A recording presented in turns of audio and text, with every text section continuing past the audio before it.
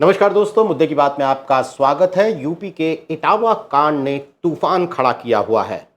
भागवत कथावाचकों के साथ शर्मसार कर देने वाली बदसलूकी करते हुए तथाकथित स्वर्णों की भीड़ ने उनके साथ मारपीट की, उनकी चोटी काट दी, बाल काट दिए, पैर छूने के लिए, नाक रगड़ने के लिए मजबूर किया और कथित तौर पर तो शुद्धिकरण भी किया गया। समाजवादी पार्टी के अध्यक्ष अखिलेश यादव ने इस मसले को लेकर मोर्चा खोला हुआ है। 3 कथावाचकों में जो पीड़ित कथावाचक हैं उनमें 2 यादव समाज से हैं और एक दलित समाज से है। इसलिए इस पूरे मसले को पीडीए के सम्मान से जोड़ते हुए अखिलेश यादव ने चेतावनी दी है कि कड़ी कार्रवाई ना हुई तो आंदोलन करेंगे। इटावा कांड के सियासी और सामाजिक पहलुओं पर बात करने के लिए हमारे साथ मौजूद हैं वरिष्ठ पत्रकार और राजनीतिक विश्लेषक हेमंत तिवारी। हेमंत जी, ये मुद्दा अब तो काफी कल से चर्चा में है जबरदस्त तरीके से। आपने इस पूरे मुद्दे को पिछले 24-48 घंटों में जिस तरह से देखा है, उसमें आपकी प्रतिक्रिया क्या है? पहली प्रतिक्रिया मैं आपसे समझना चाहता हूं। ये विशुद्ध रूप से अखिलेश यादव उत्तर प्रदेश में पिछले 2 वर्षों से जिस तरीके की राजनीति कर रहे हैं, उस दृष्टि से उनको एक बिन मांगी मुराद मिल गई। साल भर पहले अपने जिस अगड़ा बनाम पिछड़ा राजनीति का इस्तेमाल करके अखिलेश यादव को सफलता का जो स्वाद मिला था, उसको रिपीट करने के लिए उन्हें क्रमशः ऐसे मुद्दे मिलते जा रहे हैं जो जिसकी धार तेज करना उनके अब स्वभाव में है। और इस मुद्दे पर भी ऐसा कर रहे हैं। आपको याद होगा, इसके पहले रामजीलाल सुमन का विषय जो दलितों से जुड़ा था, उसको दलितों की अस्मिता से जोड़ा, उनके खिलाफ क्षत्रिय प्राणी सेना के लामबंद हुए थे। और अब ये भागवत कथा वाचक का जो विषय है, उस पर उनका जो रवैया है, जो तरीका है, वो वही है जो वे करना चाहते हैं, जिसको मैं लगातार, आपको याद होगा, यूपी तक ऐसा पहला प्लेटफॉर्म था जिस पर मैं 2024 के लोकसभा चुनाव के दौरान जो कैंपेन हुआ, जो रणनीति बनी, जिस रणनीति पे अमल हुआ, उसको मैंने अगड़ा बनाम पिछड़ा की राजनीति की एक भाषा दिया था, एक उसकी संज्ञा दी थी। और वही हुआ, वही आगे भी होगा। मैंने लगातार कहा 2027 में भी अखिलेश यादव पीडीए, पिछड़ा, दलित और अल्पसंख्यक, उसी फार्मूले को किसी भी तरीके से रिपीट चाहते हैं। और उस फार्मूले के लिए मतलब अगर उसको हम उसमें आग की ज्वाला समझे, तो उसमें एक घी डालने का एक बहुत अच्छा अवसर मिल गया है। जात की राजनीति यूपी की सच्चाई है। जाति ही तय करती है कौन जीतेगा कौन हारेगा। अखिलेश यादव इसका अनुभव कर चुके हैं, सारी पार्टियां इसको जानती है। और इस वक्त एक बड़ा हथियार, बड़ा औजार उनको मिल गया है। तो औजार मिला है तो जाहिर सी बात है उसकी धार वो तेज करेंगे, क्योंकि वो भविष्य में फायदा देने वाला है। हालांकि आपने कहा कि ये भविष्य में अखिलेश यादव को फायदा पहुंचाएगा, लेकिन बहुत सारे विश्लेषक मानते हैं कि इस तरह की घटनाएं होती हैं, सामाजिक तौर पर उन पर बहसें होती हैं, शोर मचता है, हो हल्ला होता है, लेकिन चुनावों में असर नहीं होता है। क्या आपको लगता है कि बीजेपी का जो एक हिंदूवाद का जो एक एजेंडा है, जिसकी छतरी के नीचे दलित भी आ जाता है, एक हद तक ओबीसी भी आ जाता है, वो उस एजेंडे को ये घटना जो है उसमें एक पिन चुभोने का काम करती है? क्या आपको लगता है कि 2027 के विधानसभा चुनाव में इतना बड़ा असर इसका हो सकता है? क्या होगा? होगा तो क्या होगा? आप एक घटना का नहीं, विषय एक घटना से जुड़ी प्रतिक्रिया की है। यह प्रतिक्रिया जाति आधारित हमारे समाज में कितनी प्रभावी होती है, ये शायद बताने की जरूरत नहीं है। अखिलेश यादव ने लगातार एक कोशिश की है कि 2024 के बाद इस तरह का वातावरण बने। आप उनके उनके जो भी एक्ट्स हैं देख लीजिए, उनके जो भी बयान है देख लीजिए, वो जिस किस्म की पॉलिटिक्स कर रहे हैं आप देख लीजिए। वो चाहते हैं कि वैसा ही वातावरण बने जो वातावरण उन्होंने 2024 में देखा है। हर काम उसी तरीके से कर रहे हैं। और एक बात जान लीजिए, चाहे भारतीय जनता पार्टी का नेतृत्व हो, चाहे सियासत को जानने वाले लोग हों, एक बात सच है कि पीडीए जिसको 2024 के पहले बहुत से लोग एक तुक्का मानते थे, 2024 में वो सही साबित हुआ। और उसके बाद से उसका असर बहुत ज्यादा कम नहीं हुआ है। आप गांव देहात और उन क्षेत्रों में चले जाइए जहां वास्तव में जातियां बहुत ज्यादा मैटर करती हैं, वहां अभी ये इसकी धार बहुत कुंद नहीं हुई है, थोड़ी हल्की जरूर पड़ी है।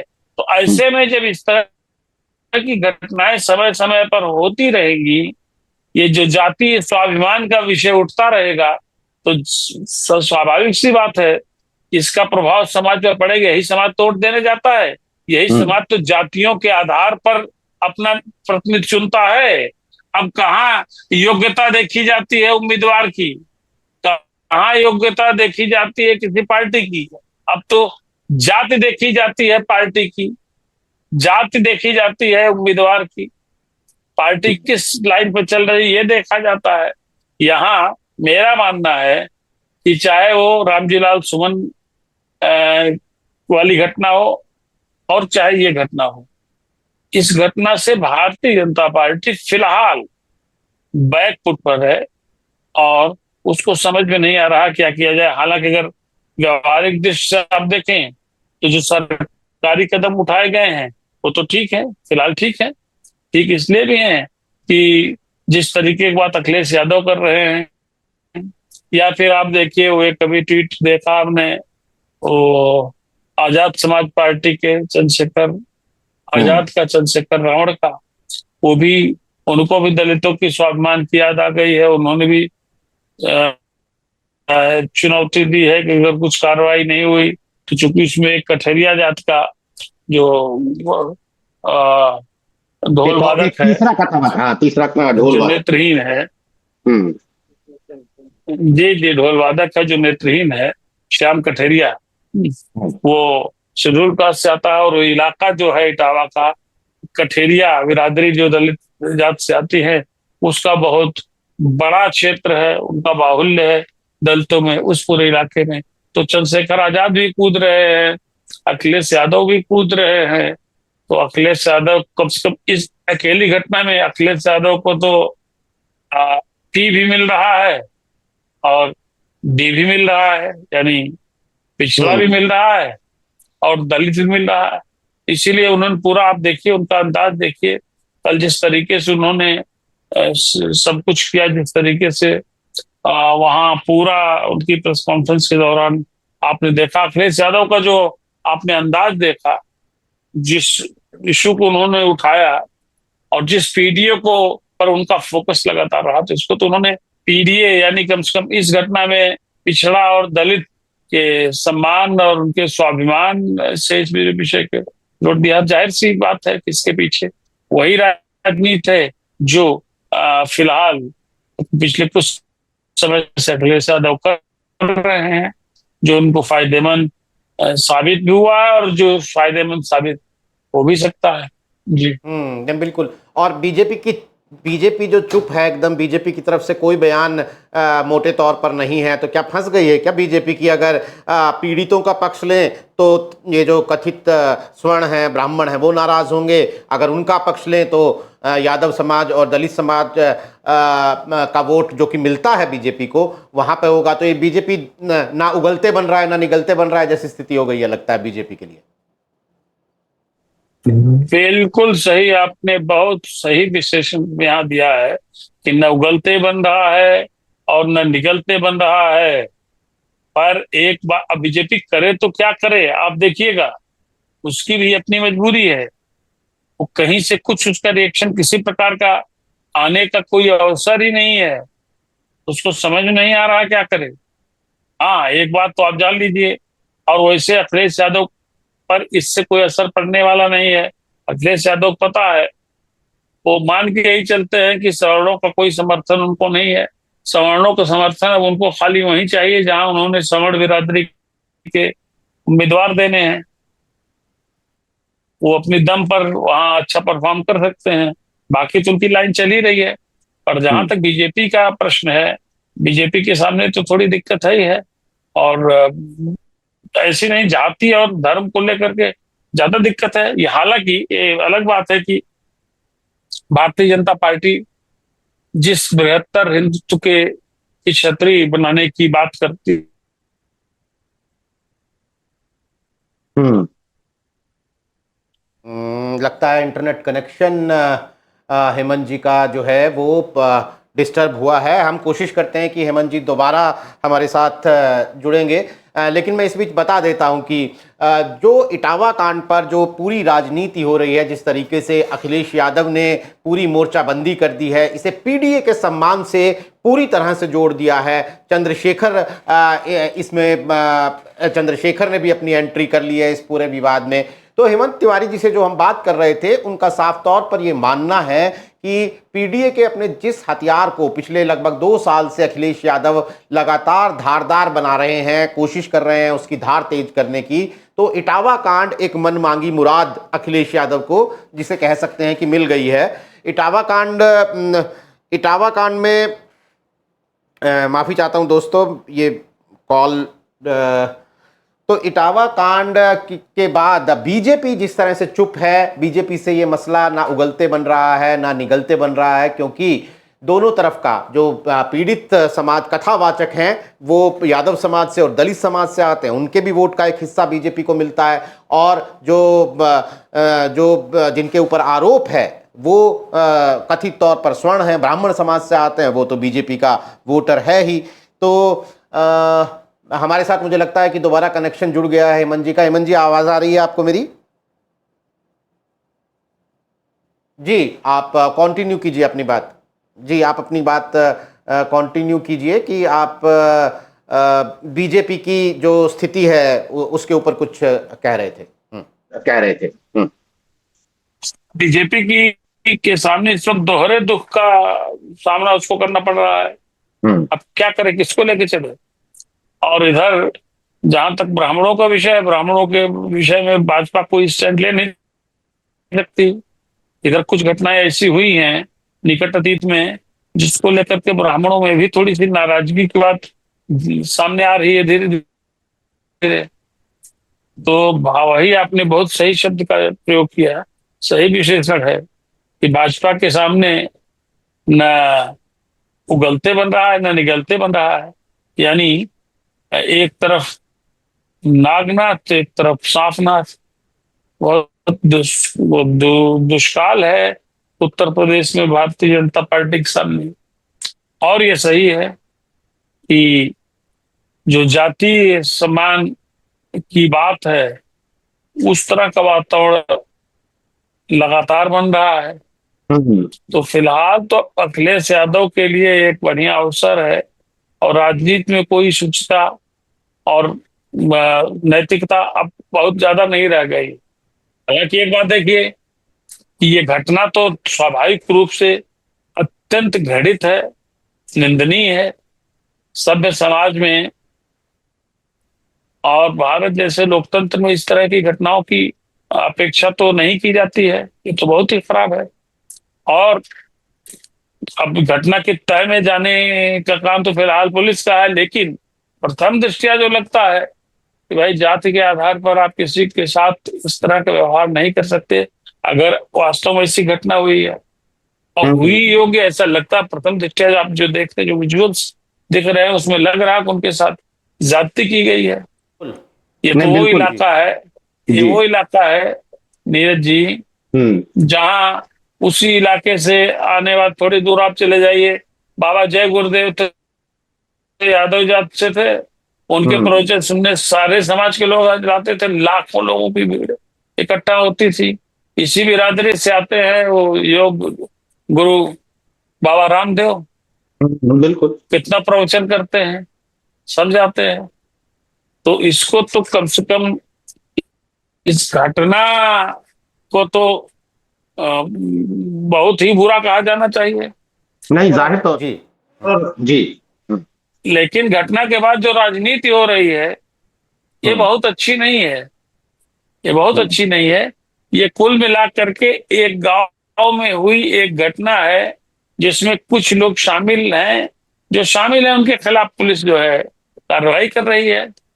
अब ऐसा तो है नहीं कि पूरे उत्तर प्रदेश के ब्राह्मणों ने, पूरे उत्तर प्रदेश के इस प्रकार के यादवों के साथ कोई घटना कर दी हो।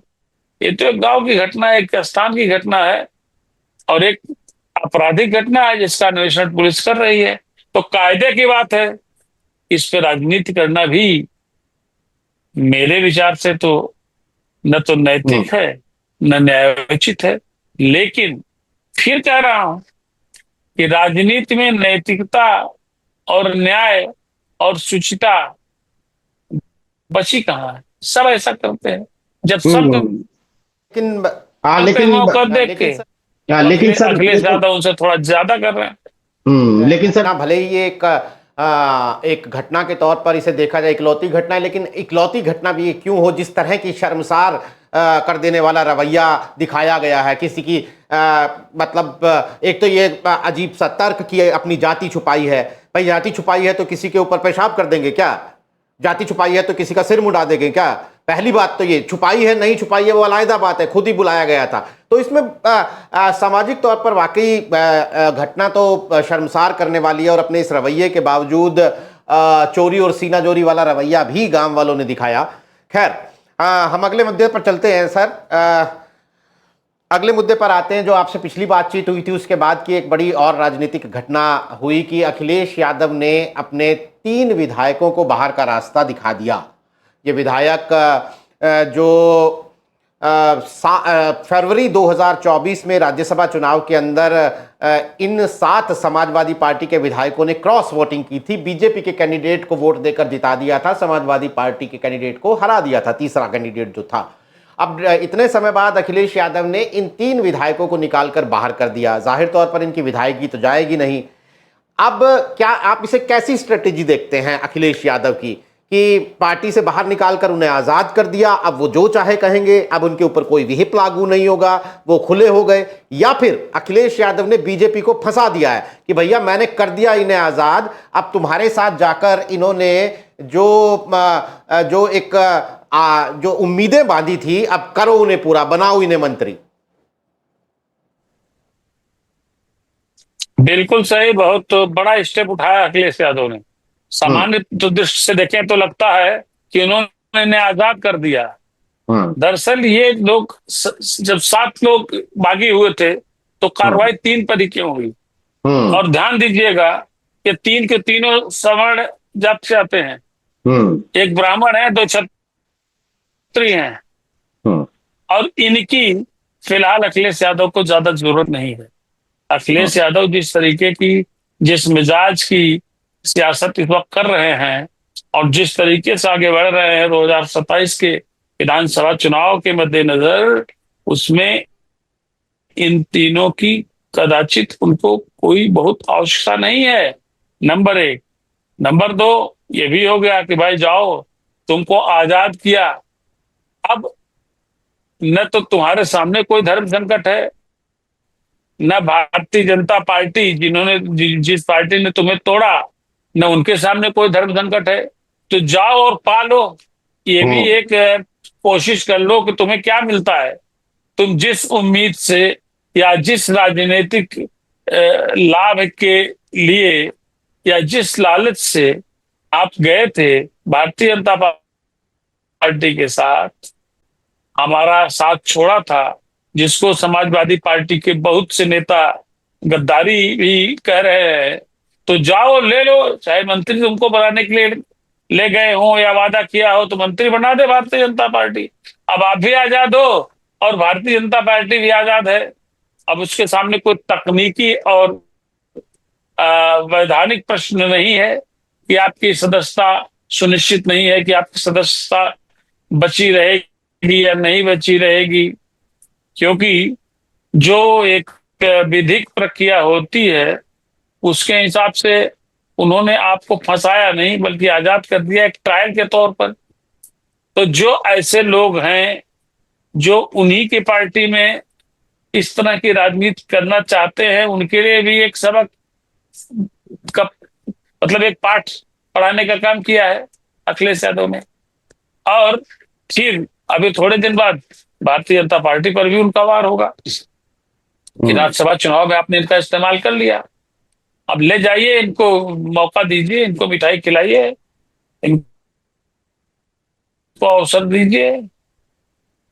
नहीं देते हैं तो फिर भारतीय जनता पार्टी पर मौका परस्ती का इल्जाम लगाएंगे। ये राजनीति दूसरे हिसाब से चल रही है। हालांकि ऐसा नहीं है, जो 7 लोग बागी हुए थे उसमें और भी ऐसे सवर्ण बिरादरी के लोग हैं, लेकिन उनका इस्तेमाल अभी है, उनका इस्तेमाल अभी है।